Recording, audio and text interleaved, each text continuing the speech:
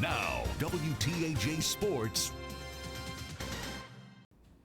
Welcome back. Gregory Polanco has been as advertised for the Pittsburgh Pirates. The much anticipated outfielder has a hit in every game he's played since making it to the majors. His 8-game hit streak is tied for the most in a row by a Pirates rookie ever. Well, he extended it to 9 straight today, the first player in Pirates history to accomplish the feat. Reds leading 2-1 through the 5th. Starling Marte the hit to right. Jeff Locke scores. That ties it up at 2-0. Next batter, Andrew McCutchen smashes this ball to center field. Polanco comes across as the Bucks take the lead. We head to the top of the 9th. Jason Grilli on for the save, but he blows it. Punxsutawney's Devin Mesoraco goes yard. That times the game at 3, and we have to head to extra innings. Now we go to the bottom of the 12th. The Pirates are able to load the bases, and Russell Martin is able to draw the base on balls, so literally a walk-off win. The Pirates avoid the sweep. They win 4-3 in 12. We wanted to be patiently aggressive in the strike zone. We were able to take advantage of some situations. You know, the kid out there, he started spraying a little bit. So we wanted to maintain discipline. We had something to hit. We wanted to attack it. If not, we wanted to make him work. The Pirates hit the road to play the Chicago Cubs tomorrow. Meanwhile, the Altoona Curve with a rubber match game in New Hampshire today, but last night it looked more like a boxing match than it did a baseball game. Altoona led in the 7th when a melee ensued. 6 Fisher Cats were ejected while 3 Curve players were tossed. An inning after the fight, New Hampshire took the lead and grabbed the 1-run victory. Tonight's final game of the series gets underway at 7. Football season is still a few weeks away. The Pittsburgh Steelers closing out their mini camp earlier today. It's the last time the black and gold will be on the field until training camp kicks off in July. The offense has been using the time this week to grow as a unit. There's a lot of new position players with running backs and young wideouts, so the offense has been practicing the no huddle and working on learning their playbook.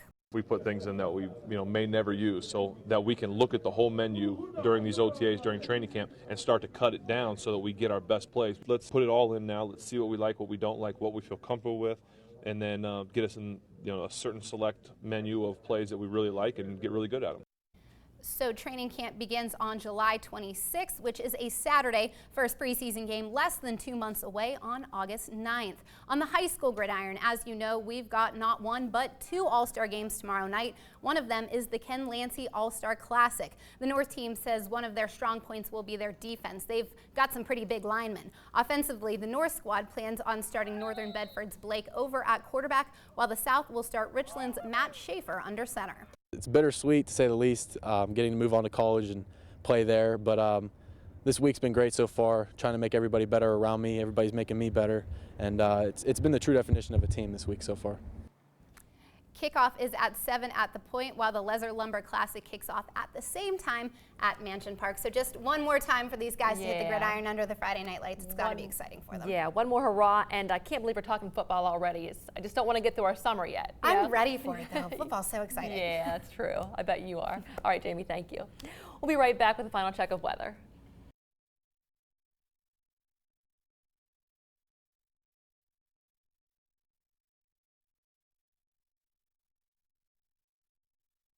Bounced around to a couple different stations, right?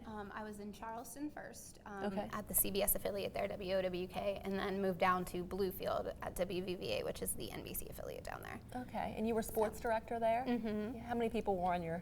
It was just me and another guy. Yeah, so a lot of work. It was. It was busy, but I loved it. I like going in and just running until you're done, and then it's like, oh, the day's over, this is good. Right. So you're from Pittsburgh, though? I am. So did you intern in Pittsburgh? I did, at WPXI.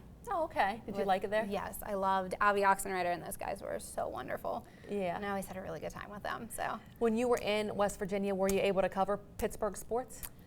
Not really. Because that's southern West Virginia, right? They have a lot of Carolina Panther fans, Washington, D.C., and then Cincinnati. So there's not a ton of Pittsburgh people down there. Okay. A lot of people hate Pittsburgh because of Pitt and WVU. Yeah. So it's just one of those things. Big WVU fans down there, even. That's all they have. So it's, life or death. It's insane. It's so insane. So what do you do in your free time? I work out a lot. I try to go to the gym every day. I love working out. I love to bake, so that's probably why I have to go to the gym every day. Yeah. And I'm a Netflix freak. Yeah. I could do Netflix for hours on my days off. Have you been in this area before? Are you familiar with it? My brother went to Penn State. Oh, and okay. he did his first 2 years at the Altoona campus. Okay. So I know it from going back and Yeah. forth with him from time to time. Yeah, so he was right here. Okay. He was so excited about this whole thing. Was he really? So he's out of school now? And, He is. He's working in Pittsburgh, but he sent me a YouTube link today. And I was like, what is this? And I opened it up, and it was Eye of the Tiger. He goes, do it for the Knits. I was like, what is wrong with you? People who go to Penn State just love Penn State. My Yeah. roommate in Bluefield was a Penn State guy, too. So I've just been bombarded with it for Yeah, for a long time. And where'd you go? Ohio University. Okay. I'm a Bobcat. Yeah. Not very good at athletics, but they were fun.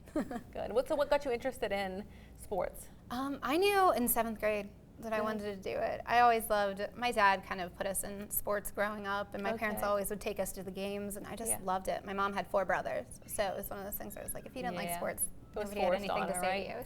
So, yeah. All right. Well, it was So- good meeting you. You Good too. Thank luck. you so much for staying around. I Yeah, appreciate it. Things went well. I'm assuming I'm done.